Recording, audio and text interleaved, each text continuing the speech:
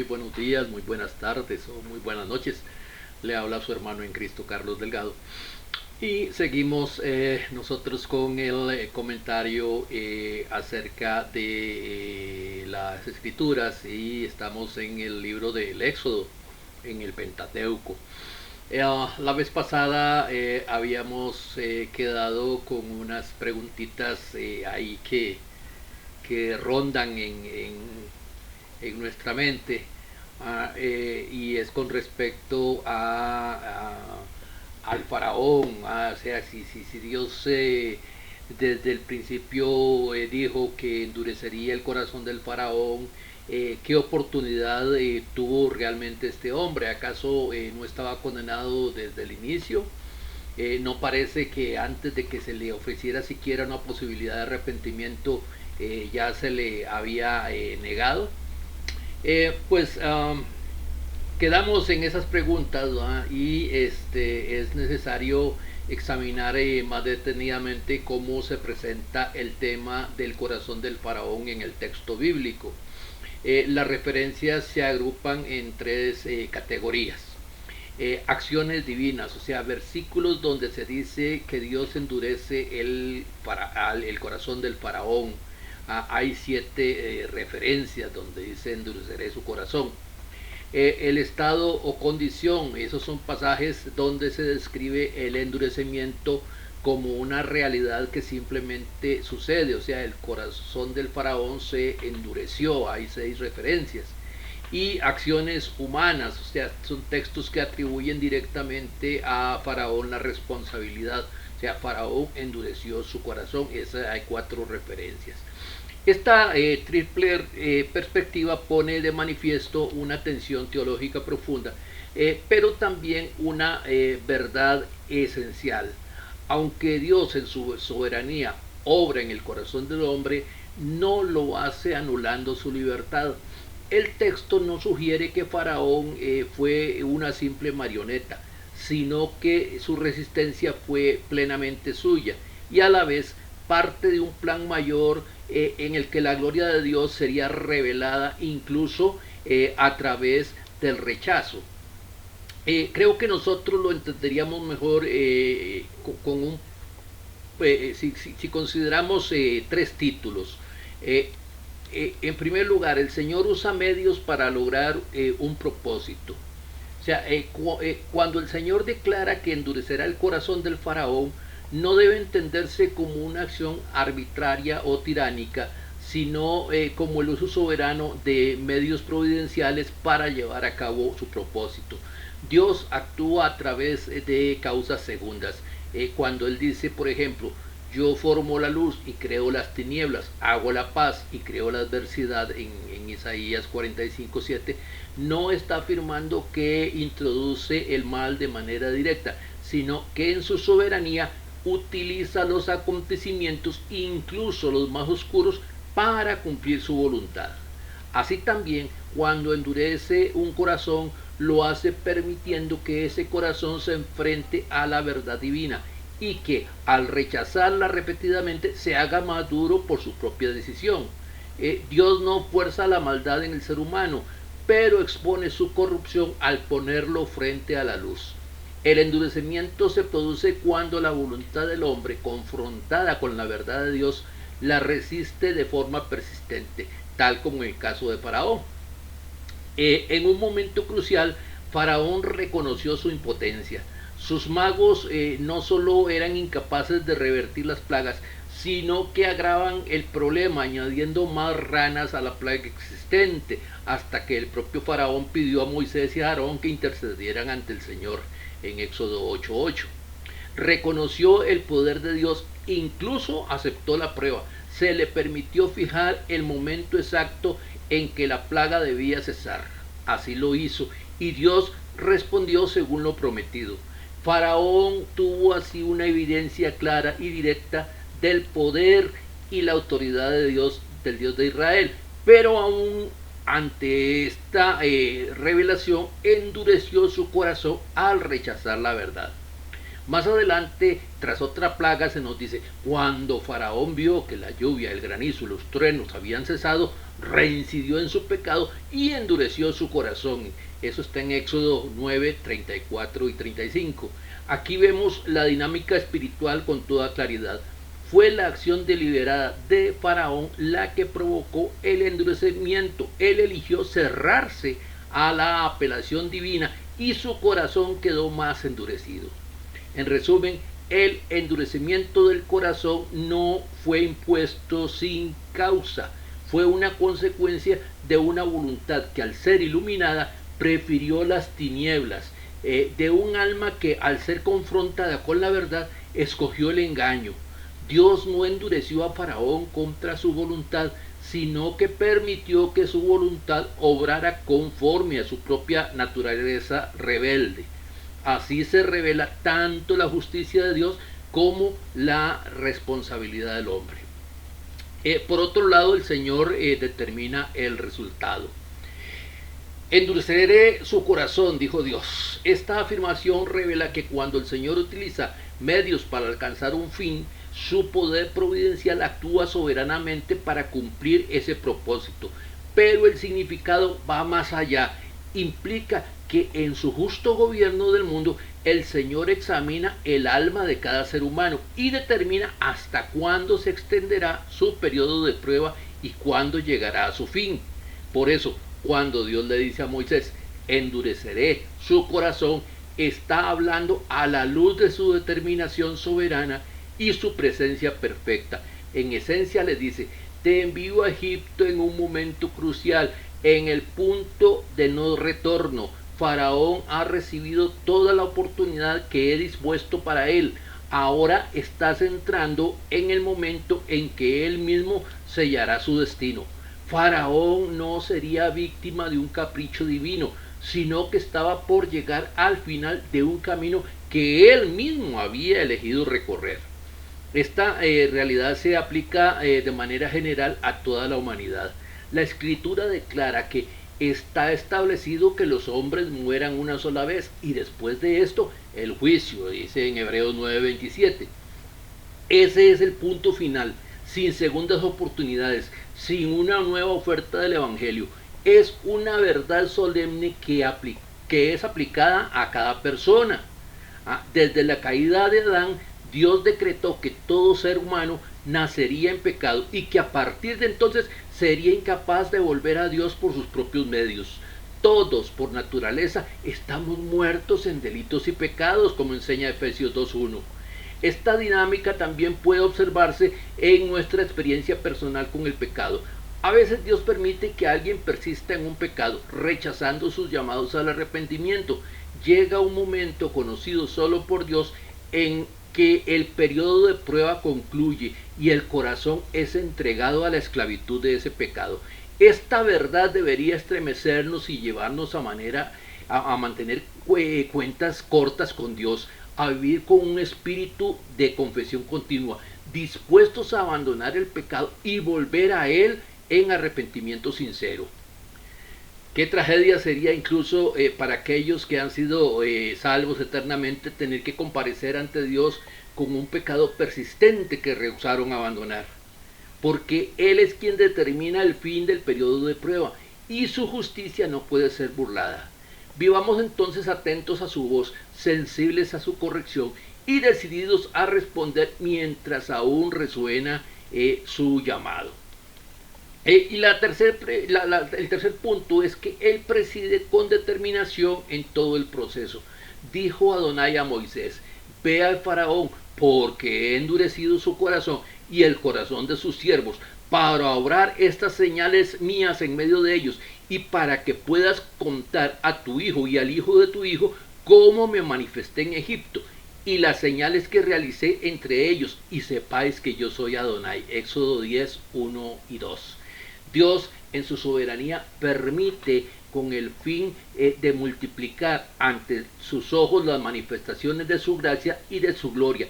Así añade llamado tras llamado, apelación tras apelación, hasta que finalmente el pecador es conducido al arrepentimiento por pura gracia, o en su defecto hasta que esa gracia es retirada y el juicio se consuma. En todo esto, Dios despliega su gloria para la alabanza de su nombre entre su pueblo. Las acciones divinas no son arbitrarias, sino perfectamente determinadas para la vindicación de su majestad y justicia. Esta es, en última instancia, la razón detrás de las 9 plagas. Mediante ellas, Dios demuestra que en la condenación del pecador, Él permanece absolutamente justo e irreprochable. Nadie puede levantar un dedo acusador contra Él. Les dio Dios a conocer sus caminos, sí. Ofreció a cada uno la oportunidad de arrepentirse y volverse a Él, sí. ¿Por qué entonces fueron finalmente abatidos? Porque eligieron el camino de la rebelión y del rechazo. En su juicio eligieron el camino de la rebelión. Prefirieron ser impíos. Dios se justifica a sí mismo con perfecta justicia y su gloria resplandece incluso en medio del castigo.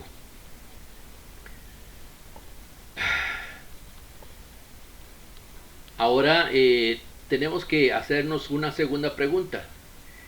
¿Por qué la Pascua? Parece que Dios había logrado lo que se había propuesto mediante la 10ª plaga. Dice el Señor, dijo Adonai a Moisés, todavía traeré una plaga más sobre Faraón y sobre Egipto. Después de eso, Él os dejará marchar de aquí. Y cuando por fin os deje salir, Él mismo os expulsará del país. Éxodo 11:1.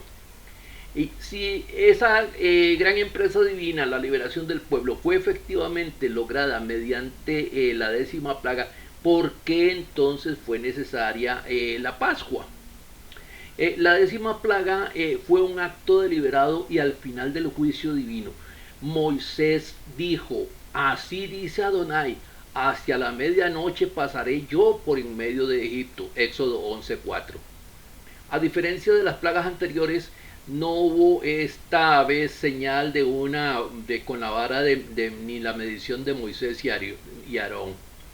Por primera vez Dios mismo declara que Él descenderá personalmente en juicio. Dice, yo pasaré y este juicio será universal e imparcial. Ni la posición social, ni la debilidad, ni la religión pagana ofrecerán refugio alguno. La importancia no salvará a nadie. Morirá el primogénito de Faraón. La insignificancia no excusará a nadie. Morirá el primogénito de la esclava que está detrás del molino. La divinidad egipcia no ofrecerá protección alguna. Morirá todo primogénito del ganado, incluidos los toros sagrados de Apis y las vacas de Hathor. Aún en medio de este juicio total, Dios declara, para que sepáis cómo Adonai hace distinción entre Egipto e Israel. Éxodo 11:7. Pero esta distinción no es una exención arbitraria ni un favoritismo étnico o nacional. No fue una diferencia de territorio ni de linaje, sino una diferencia basada en la sangre. Fue una liberación mediante sustitución. Anteriormente, Dios ya había hecho una distinción de misericordia, mientras que en las casas de los israelitas había luz. Éxodo 10:23. Pero ahora, en el momento del juicio, incluso Israel debía enfrentar la realidad del pecado. Ellos también habían rechazado a Dios. Si el Señor simplemente hubiera trazado una línea territorial, habría sido injusto, pues no se puede condenar en justicia a los pecadores de la izquierda y al mismo tiempo excusar sin justicia a los pecadores de la derecha. Por ello, esta vez la diferencia debía estar marcada por una señal concreta de fe y obediencia, la sangre del Cordero. No se trataba de etnicidad ni de mérito, sino de gracia.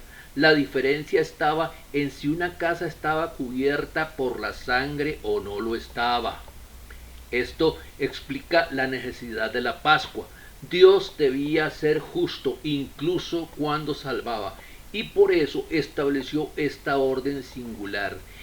el día 10 de este mes tomará cada uno un cordero por familia. Éxodo 12:3. A los ojos del hombre esto puede parecer insignificante, incluso absurdo. ¿Qué tiene que ver un cordero con la esclavitud? ¿Qué relación guarda con la injusticia social o la opresión? Sin embargo, el clamor de los oprimidos a lo largo de los siglos podría haberse unido al clamor de aquellos israelitas en Egipto. ¿Qué puede hacer un cordero frente a nuestra desesperación? La respuesta es clara y poderosa.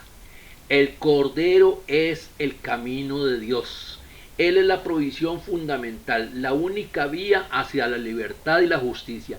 Él es la esperanza de redención personal y de restauración comunitaria. Toma un cordero, porque no hay otro camino. Así es como Dios puede ser justo y al mismo tiempo el justificador del que cree. Romanos 3:26. Él no excusa el pecado, pero provee una expiación perfecta. En relación con esto hay 4 aspectos claves de la Pascua que merecen nuestra consideración. En primer lugar, el cordero. Al leer las instrucciones dadas a los israelitas en Éxodo 12, 3 al 6, descubrimos varios factores en relación a este cordero escogido deliberadamente. En primer lugar, el número. El cordero debía estar en proporción al número y las necesidades del pueblo de Dios. No era una ofrenda abstracta, sino profundamente personal y comunitaria. Por eso debía hacerse un recuento de las personas involucradas. Tomará cada uno para sí una res de ganado menor por familia, una res de ganado menor por casa. Éxodo 12:3. La Pascua se celebraba en el contexto de la familia. Era una experiencia doméstica de redención. Sin embargo, si una familia era demasiado pequeña para consumir un cordero entero, debía unirse a sus vecinos más cercanos. Y si la familia es demasiado pequeña para un cordero, entonces él y su vecino más cercano a su casa tomarán uno según el número de las personas. Éxodo 12:4. El principio era claro. El cordero debía corresponder al número del pueblo de Dios. No podía haber exceso ni desperdicio. Cada parte del sacrificio tenía un destinatario. Si en una casa el cordero más pequeño disponible era aún demasiado, debía compartirse. Esto no solo aseguraba que el cordero fuera plenamente consumido, sino que simbolizaba la suficiencia del sacrificio y la unidad del pueblo redimido. El cordero debía igualar al pueblo de Dios, uno por uno. Cada persona debía estar bajo el alcance de la sangre. Cada alma debía ser cubierta. No bastaba con que hubiera un cordero en algún lugar de Israel. Debía haber un cordero para cada casa y cada persona debía estar incluida en ese acto de fe y obediencia. Así se anticipaba el Cordero de Dios que quita el pecado del mundo, suficiente para todos, pero aplicado personalmente a cada uno que cree. Las necesidades. También tenía que tomarse en cuenta la capacidad de cada persona. Dice, conforme a lo que cada cual pueda comer, calcularéis el número para el Cordero. Éxodo 12:4. El pueblo de Dios no solo debía estar representado en el Cordero por su número, sino también por sus necesidades particulares. El sacrificio no era genérico, sino específico. Dios no solo ve a su pueblo como un todo, sino también en su individualidad. Conoce la medida de cada corazón, el hambre de cada alma. Por eso, al escoger el Cordero, no solo debía calcularse cuántos eran, sino cuánto podía comer cada uno. El cordero debía ser suficiente, pero no excesivo, apropiado, pero no desperdiciado. Esto muestra que la provisión divina es exacta, perfecta y personal. Así como el maná en el desierto no sobraba ni faltaba, también el cordero pascual debía ajustarse con precisión a las necesidades espirituales y físicas del pueblo redimido. No hay alma en el pueblo de Dios cuyas necesidades sean demasiado grandes o demasiado pequeñas para escapar del cuidado providencial de su Señor. El cordero debía corresponder al número y a la necesidad. Así es Cristo, suficiente para todos, adecuado para cada uno. Su sacrificio no es solo amplio, sino también profundamente exacto. Cada creyente encuentra en él todo lo que necesita, ni más ni menos, para ser salvo, sostenido y satisfecho. En tercer lugar, los requisitos de Dios. O sea, el Cordero debía cumplir con los requisitos de Dios mismo. Dice, el animal será sin defecto, Éxodo 12:5. Esta afirmación contenida en la palabra hebrea es una declaración gloriosa. Implica que ante el ojo discernidor de Dios no debía haber imperfección alguna en el Cordero, ya que debía ser perfecto en todos los aspectos. Nada podía causar ofensa al santo, ni siquiera en el sacrificio. El Cordero debía ser un símbolo perfecto. No solo debía representar al pueblo en su número y necesidades, sino que también debía satisfacer los requisitos más altos de pureza y santidad establecidos por Dios. No era un sacrificio cualquiera, sino uno apartado y santo. No debía tomarse con prisa ni al azar. Dios instruyó al pueblo: no abandones el asunto hasta que lo necesites. Éxodo 12:6. La selección del cordero debía ser cuidadosa y deliberada. No se trataba de elegir cualquier animal, sino de un cordero específico, sin defecto, que cumpliera con las expectativas de pureza de Dios. Además, el cordero debía ser reservado hasta el día y la hora señalados. Dice, lo guardaréis hasta el día 14 de este mes, y toda la asamblea de la comunidad de los israelitas lo inmolará entre dos luces. Éxodo 12:6. Así, el cordero no solo representaba al pueblo de Dios, sino que también cumplía con los más altos requisitos divinos. Estaba apartado para un propósito específico, para un momento determinado, y su sacrificio, aunque simbólico, debía ser llevado a cabo con reverencia y obediencia exacta. Este cuidado meticuloso en la elección del Cordero refleja la naturaleza de la redención. Dios no acepta lo impuro, sino solo aquello que es santo y perfecto. El sacrificio de Cristo como el Cordero de Dios cumple con esta perfección sin mancha, sin defecto. La sangre de el cordero. El pueblo debía tomar aquel cordero y matarlo. Así sin más, matarlo. No bastaba con seleccionarlo o admirarlo. La redención no se consumaría sin muerte. Cuando lo mataran debían recoger la evidencia de esa muerte, la sangre. Cuando la sangre comenzaba a correr por el filo del cuchillo, era como si dijeran: la vida se está extinguiendo, la existencia se apaga en la muerte. Era una escena profundamente dramática, cargada de significado. Aquella sangre, símbolo del juicio ya ejecutado, debía ser recogida en una vasija. Luego debían tomar esa prueba tangible de que una vida había sido entregada y pintar con ella el marco de la puerta de cada hogar. El dintel superior y los dos postes laterales debían ser marcados con sangre.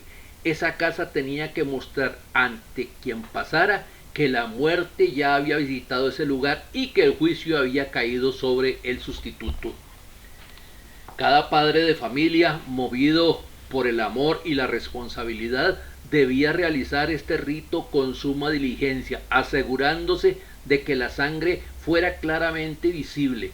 Sólo así podrían estar seguros de que toda su familia, los hijos, las hijas, la madre con el niño en brazos, estaban seguros adentro, al amparo de esa sangre redentora. Con respecto a esa sangre, nos dice que Dios está satisfecho. Éxodo 12:13. Dios no dijo: cuando te vea a ti pasaré de largo, porque eso habría sido parcialidad, y Dios no hace acepción de personas. Tal afirmación habría deshonrado su justicia.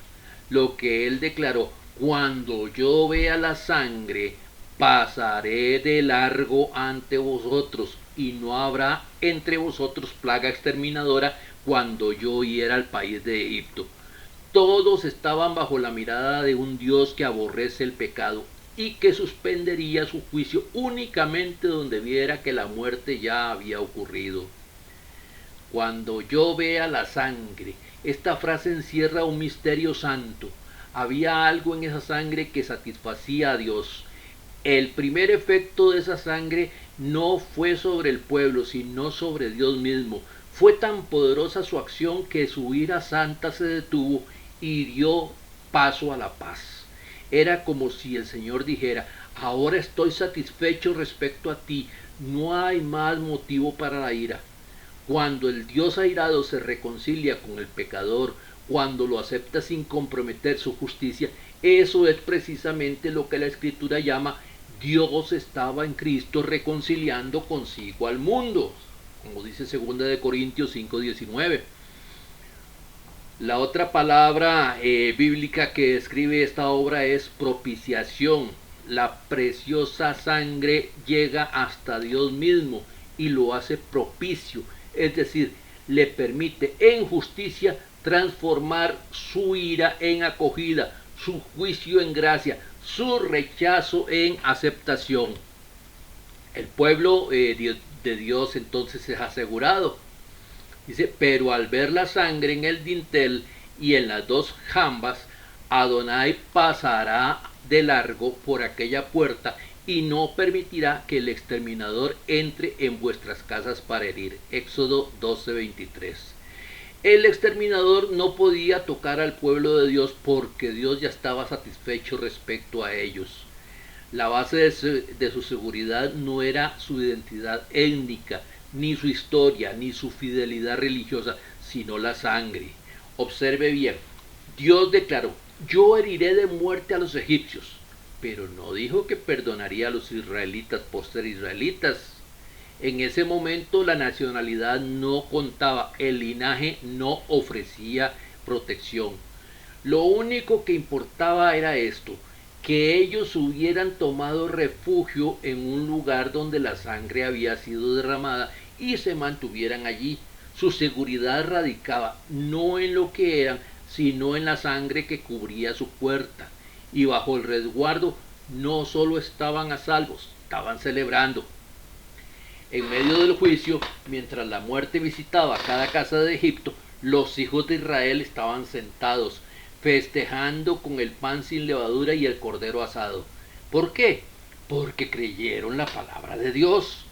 Dios les había ordenado que sacrificaran un cordero, les había dicho que tomaran su sangre y marcaran los postes de sus puertas, les había mandado que permanecieran dentro, y ellos obedecieron. Esa obediencia simple, nacida de la fe en las promesas de Dios, los colocó bajo el amparo perfecto del pacto de sangre. Fue su confianza en lo que Dios había dicho, no en ellos mismos, lo que los cubrió de todo mal.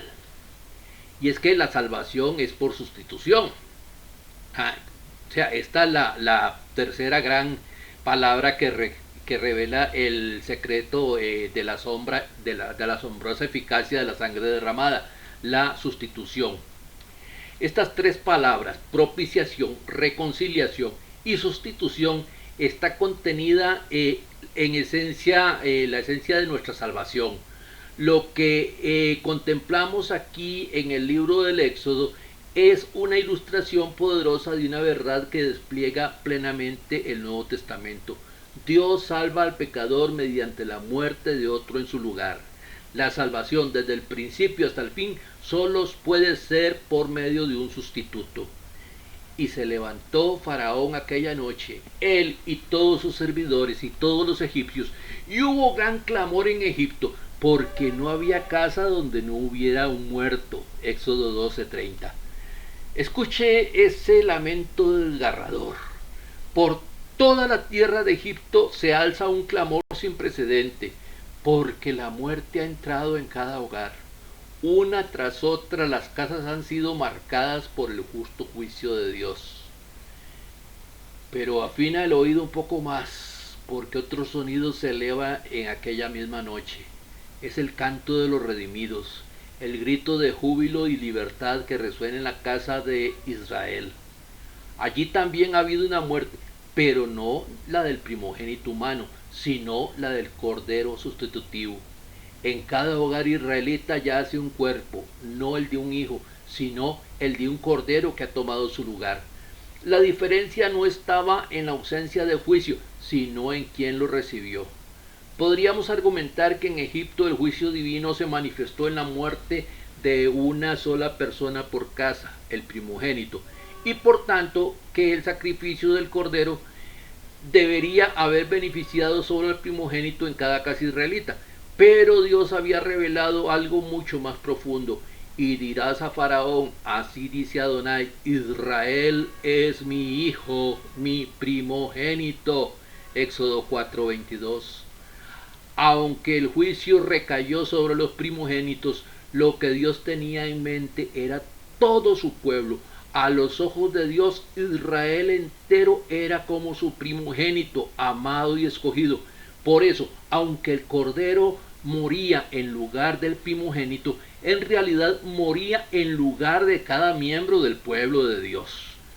Cada cordero debía ser cuidadosamente elegido, contado según las necesidades y el número de los que serían cubiertos por su sangre, porque cada persona debía estar representada en ese cordero.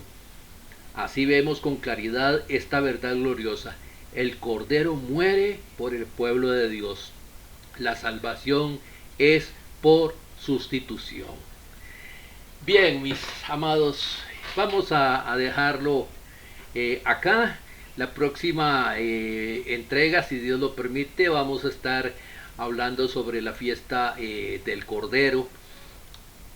Y seguiremos en nuestro comentario bíblico, aprendiendo un poquito más de la palabra de Dios.